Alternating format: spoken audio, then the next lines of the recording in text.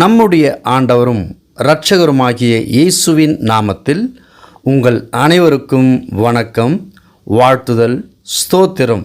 மேலாக கர்த்தருடைய நாமத்திற்கு மகிமை உண்டாவதாக. இன்று சிலுவைநாதரின் பாடுகளின் மத்தியில் பேசிய 7 வார்த்தைகளில் 4ஆம் வார்த்தையை குறித்து பேச இருக்கிறோம். 3 வார்த்தைகளின் பதிவை டிஸ்கிரிப்ஷனில் லிங்க் கொடுக்கப்பட்டிருக்கிறது. பார்க்காதவர்கள் பார்க்கவும். 4வது வார்த்தை, ஏலி ஏலி லாமா சபக்தானி என்று மிகுந்த சத்தமிட்டு கூப்பிட்டார்.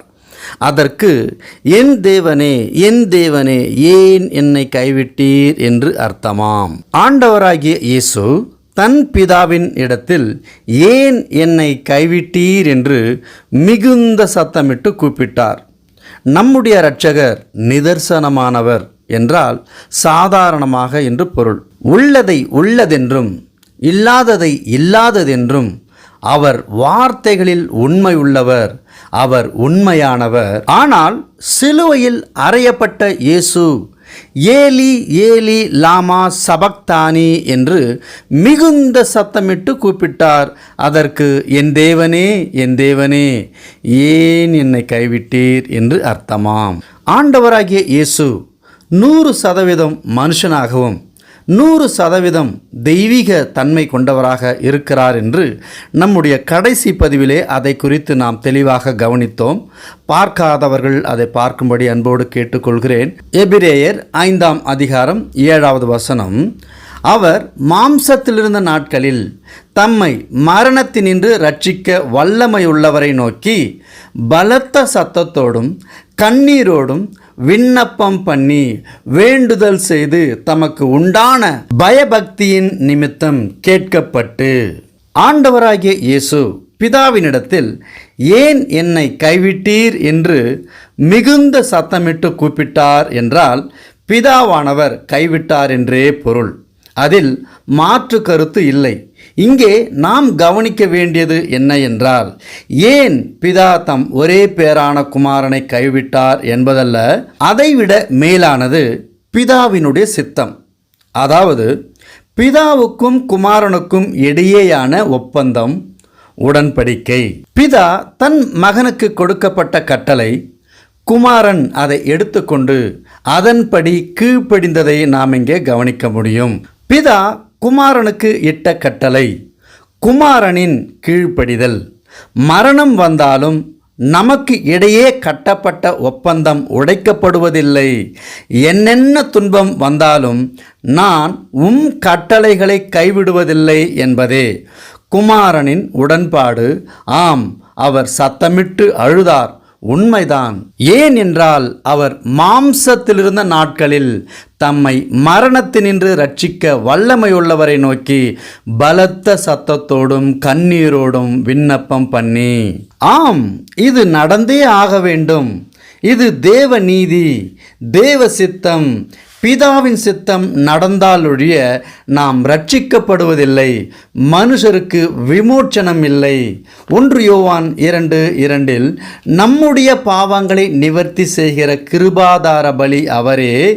நம்முடைய பாவங்களை மாத்திரமல்ல, சர்வலோகத்தின் பாவங்களையும் நிவர்த்தி செய்கிற பலியாயிருக்கிறார். மத்தேயு 26:37 பேதுருவையும் செபதேயுவின் குமாரர் இருவரையும் கூட்டிக் கொண்டு போய் துக்கமடையவும் வியாகுலப்படவும் தொடங்கினார். நம்மைப் போல ஆண்டவராகிய இயேசுவும் மாம்சத்தில் இருந்ததினாலே நம் எல்லோருக்குமான பயத்தைப் போலவே இயேசுவின் இடத்திலும் மரண பயம் இருந்தது.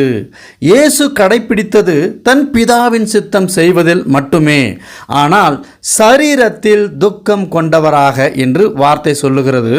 மத்தேயு 26:38 அப்பொழுது அவர், என் ஆத்துமா மரணத்துக்கேதுவான துக்கம் கொண்டிருக்கிறது, நீங்கள் இங்கே தங்கி என்னோடே கூட விழித்திருங்கள் என்று சொல்லி சற்று அப்புறம் போய் முகம் குப்புற விழுந்து, என் பிதாவே, இந்த பாத்திரம் என்னை விட்டு நீங்க கூடுமானால் நீங்கும்படி செய்யும், ஆகிலும் என் சித்தத்தின்படி அல்ல உம்முடைய சித்தத்தின்படியே ஆக கடவது என்று ஜெபம் பண்ணினார்.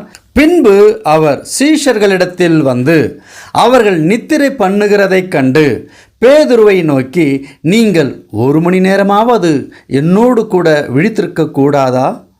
நீங்கள் சோதனைக்குட்படாதபடிக்கு விழித்திருந்து ஜெபம் பண்ணுங்கள்.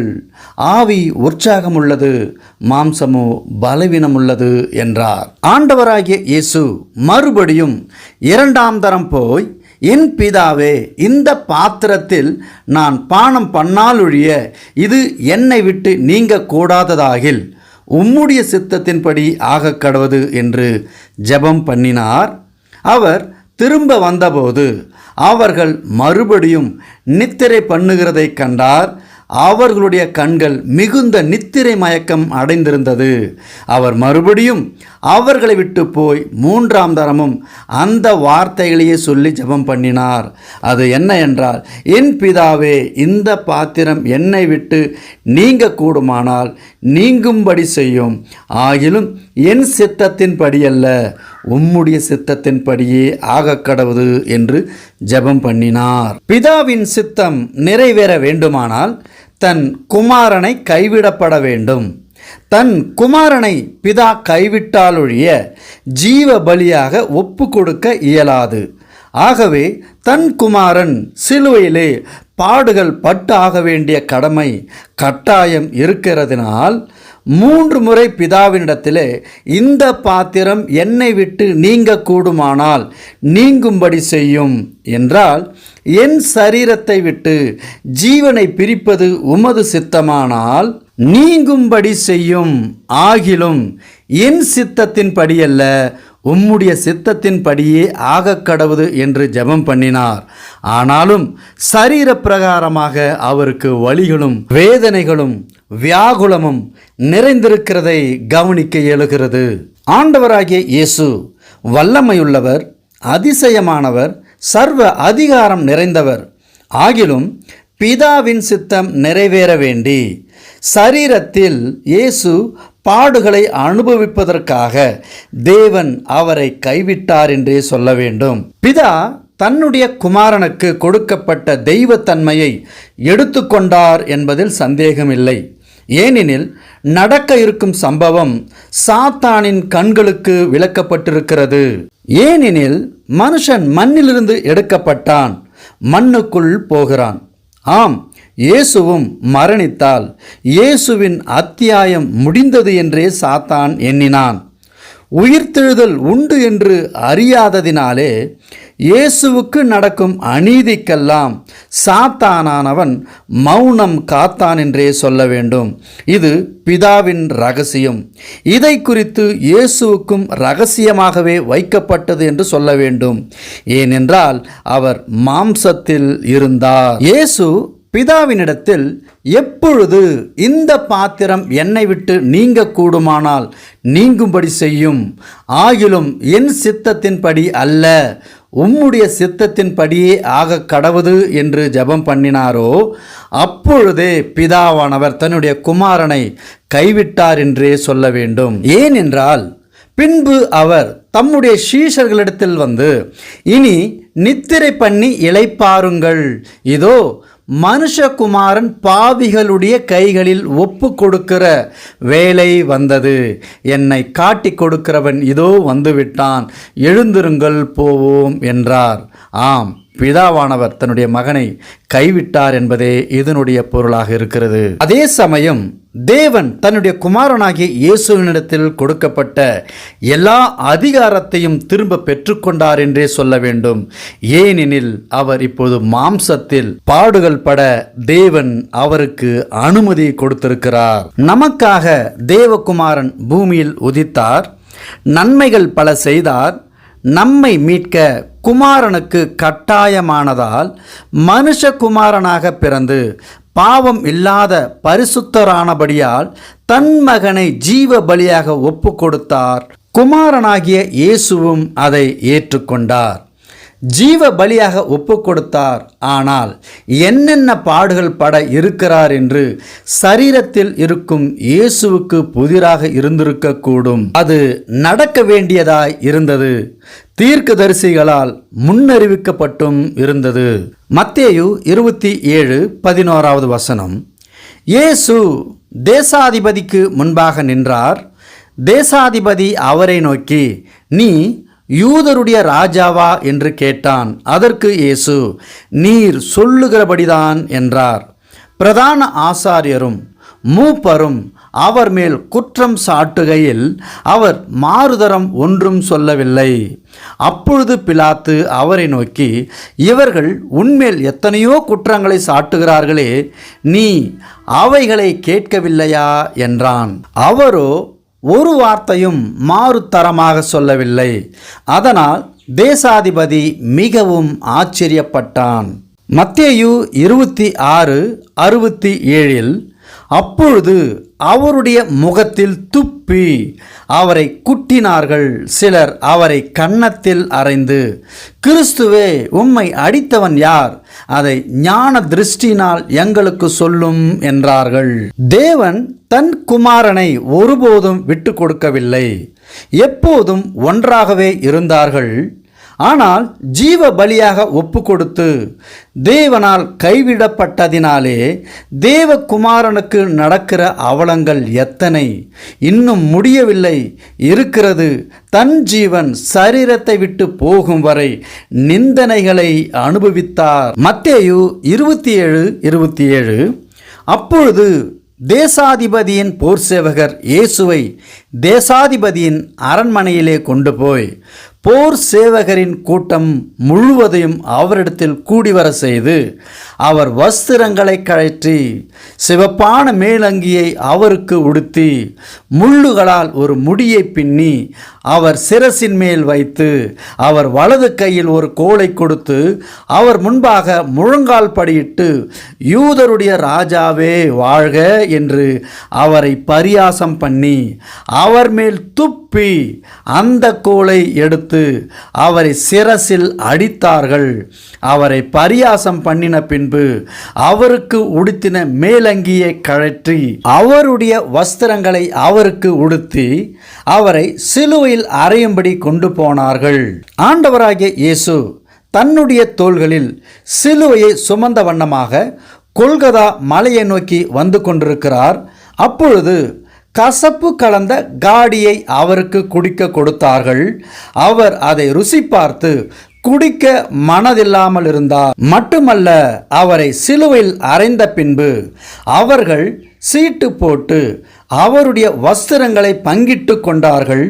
என் வஸ்திரங்களை தங்களுக்குள்ளே பங்கிட்டு என் உடையின் பேரில் சீட்டு போட்டார்கள் என்று தீர்க்கதரிசியால் உரைக்கப்பட்டது நிறைவேறும்படி இப்படி நடந்தது. அவர்கள் அங்கே உட்கார்ந்து அவரை காவல் காத்து கொண்டிருந்தார்கள். அன்றியும் அவர் அடைந்த ஆக்கினி முகாந்தரத்தை காண்பிக்கும் பொருட்டு இவன் யூதருடைய ராஜாவாகிய இயேசு என்று எழுதி அவர் சிரசின் மேலாக வைத்தார்கள்.